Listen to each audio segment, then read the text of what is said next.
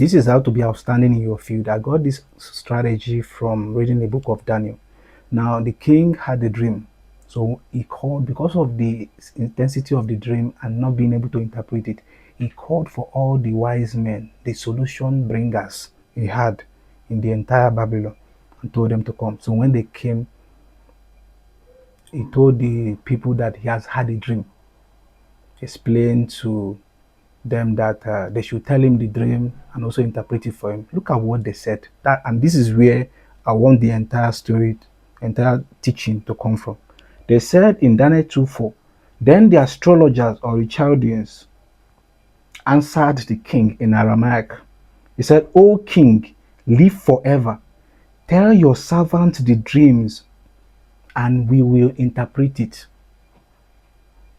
He said, O king, live forever. Tell your servant the dream and we will interpret it. They did not say we will try to interpret it. We are not sure if we will get the answer, but we are going to try our best. They didn't say, oh king, it will be a 50-50 scenario. Let's see what we can do. Maybe we'll sleep on it and hope answers will come. He said, oh king, live forever. Tell your servant the dream and we will interpret it for you. This is the image of competence. The people he had as solution bringers were so competent that they were sure they would give the king the solution, even if they did not know what the king dreamt. Competence, I wrote here, makes you sure about result and outcome.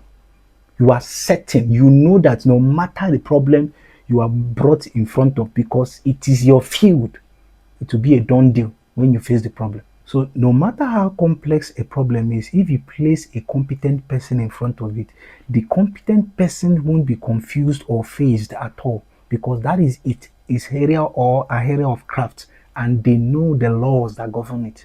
Complexity simply makes it clearer for them. No matter how jumbled the problem is, they know what to touch to make it work. Now, this is the scenario that I got while I was thinking through this thought process. If you take a man from China and you blindfold him, and this man is someone that is competent in jet engines, he's superbly competent, he knows how to repair, he knows how to build. You blindfold that man and take him to a nation he does not know, let's say South Africa, and you take him to a crash site and there is a jet that is rumbled up, scattered, and has its pieces scattered everywhere, and you tell that man to assemble that plane and tell him whatever you need will provide it. I can assure you in 1 year that plane will be up and running. So you see that competence follows a man the way cause follow people. Competence follows you the way fragrance follows the cloth you are putting on.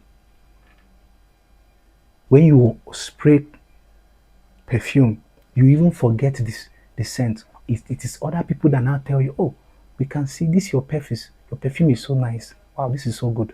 We like the smell. So ambiguity is proof that you do not know it enough and do not have the adequate competence to tread and work it out. If you are unsure of the work, you are not competent enough. Which means incompetence makes you unsure about problems. You are not certain about problems. So when you are before authorities, when you are before kings and thrones and queens, what you tell them is, I'm not sure I'll be able to get you the answer, but I will try, because you don't have the thorough competence to work it out. When you have competence, you will have certainty. Certainty means there is no fear. You can replicate the result no matter the country, the nation you find yourself. That is what makes you someone that is thorough in the knowledge that you claim to have.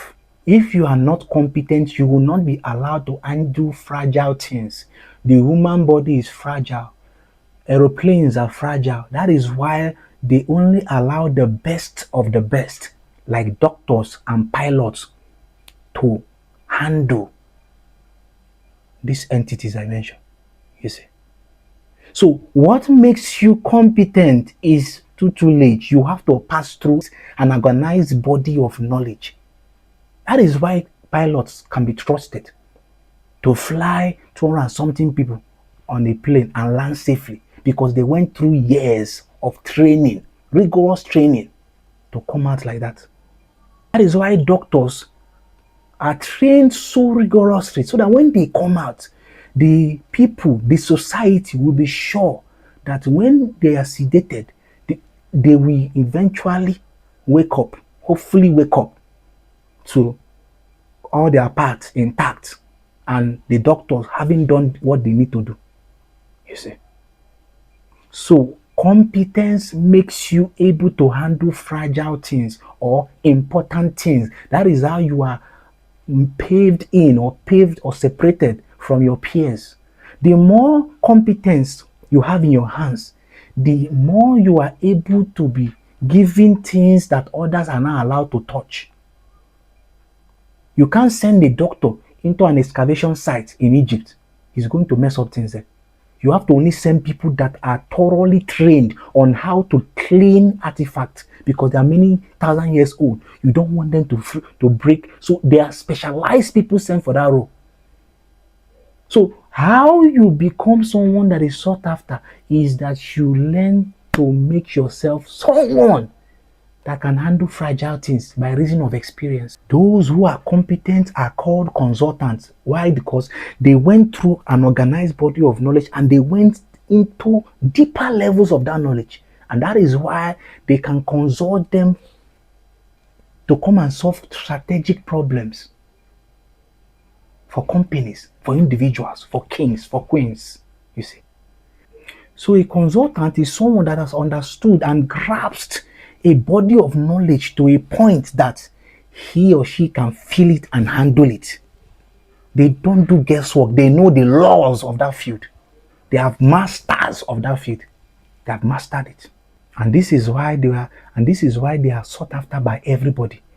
If you want to be sought after by people, you need to be a master of a subsystem of knowledge. You need to be a master of it. Have it become something that you have handled. You know how to work it. When Peter and John were looking down at that lame man at the beautiful gate, there was an understanding Peter had, a knowledge he has grasped from following Jesus. That by looking at the man, he knew the man had faith to be healed. So he said, in the name of Jesus, rise up and walk. He grabbed him by the hands and raised him up. And the man stood up. A man that has been lame for more than 40 years stood up on his feet for the first time ever. Knowledge makes you sure about result and outcome. When you are competent in a knowledge, you are sure that it will work. And it is only sure people that companies, people seek after. You don't go before thrones to experiment. Nobody comes before throne to do guesswork. You must be competent. That is how you stand out. And the people looked at Jesus, said, we have never heard it in this light before, because he had a control of a topic more than even the teachers of the law at that point in time. So the easiest way to separate yourself from the crowd is to locate a body of knowledge and stay there, master it. The reason why we have so little mastery or so little consultants in the world is because people do not have the strength and the endurance to stay under a long and organized body of knowledge that can turn them to competent people. It is painful to be competent. It is painful. You are going to burn the night candle. You are going to stretch yourself on end. You are going to twist and turn your bodies in ways you have never done before. It is painful to be a consultant. It takes pain to get there. So if you want to be sought after, you have to count the cost. There is a cost. Every body of knowledge will require pain to accumulate it. Doctors have strong pain threshold and they pass them through grueling hours. And when they come out, you are sure that when you are under the operating table, you are going to come out alive. You see, there is no guesswork. They don't tell you, we are not sure of the surgery. We don't know where it's located because we didn't really study it in school. They know what they are talking about. When you speak to them, you know they have been thoroughly trained. There is nothing sexy about incompetence. You are going to be abhorred. Nobody will want to be in your team. They won't call you. They won't seek for you. Anything you master will follow you as like a curse. Anything you master will follow you as fragrance. If you know how to repair Mercedes Benz and you are very good at repairing Mercedes Benz, if I take you to Afghanistan, you will be able to still repair it. No Benz that they bring in Afghanistan will be so hard for you to repair. So what competence does for you is that you become a master of that subsystem of knowledge. I see knowledge as a ball of cobwebs, each strand connected to each part. They are interconnected on multiple levels down to the center, a large wide ball of cobwebs. Each strand is a sub-knowledge. The big ball is knowledge. Each of the strand that are connected is a sub-knowledge. If you grab one of the strand and stay on it for 5 years and master that strand, anywhere that strand is found in this entire body of knowledge, you will know how to make it work. You see? So someone that knows how fan works and knows how to repair fan, do you know if you carry that same person to a jet engine and he looks at that fan, there is a high chance he might know how this fan rotates because he has an understanding of how fan works. So that body of knowledge, he has an understanding about it. So anywhere you see fans in the world, he knows how they work. That's what knowledge does for you. You become competent and sure and certain about the problems you are sent to solve. They said to the king, tell us the dream and we will interpret it for you. We are sure that we have the competence to give you the answer you seek. How many things in your life can you beat your chest and say, I will interpret it for you. I can do it for you. And you actually get down to do it and you do it well. How many things? Is that thing premium enough to sell to kings? That becomes your answer. That is how you know why you are not being called on larger platforms. You have to begin to work on whatever you already have and stretch it until it becomes something that kings and queens can seek you for. That is how you grow. Now, this is how you become a competent person. Find a subsystem, a sub-knowledge from that cobweb of the whole ball being knowledge. Find a sub-knowledge and stay on it for months and years until you can beat your chest to say, I know how this thing works and I can replicate the result anywhere it is found. That is when you can leave that subsystem of knowledge, sub-knowledge, and move to something else. You have to sit down and run a curriculum for yourself. You cannot become a competent person without a curriculum. A curriculum is that these are the subjects arranged in chronological order or in strategic order to reflect what I'm going to learn. You set up the curriculum that will make you become the person that is competent in that thing. When you set up that curriculum, then you plug yourself into it. Then you set a calendar for yourself, a timetable you follow strictly. Become a law to yourself in this area. If it is going to take you 6 months to become a master on it, stay there and maintain the calendar. If it is 3 times a week, do not miss any day. That is how you become someone that is competent. The more accuracy you are able to give in a source knowledge that you are working on, the more people will begin to see the need to seek for you. Because if your answers are not yet certain, like you give 1.2 and you can't give 1.2 when you did it again, and you cannot give it again the third time, people will refrain from reaching out to you because kings and queens, people out there, they seek for consistency in result. So if my brother told me you were able to do this thing for me, and this is what you gave him, when I come to you to do the same thing, I should be able to get the same thing that you did for him. That is the balance that expertise bring. You need to be someone that is given to consistent result.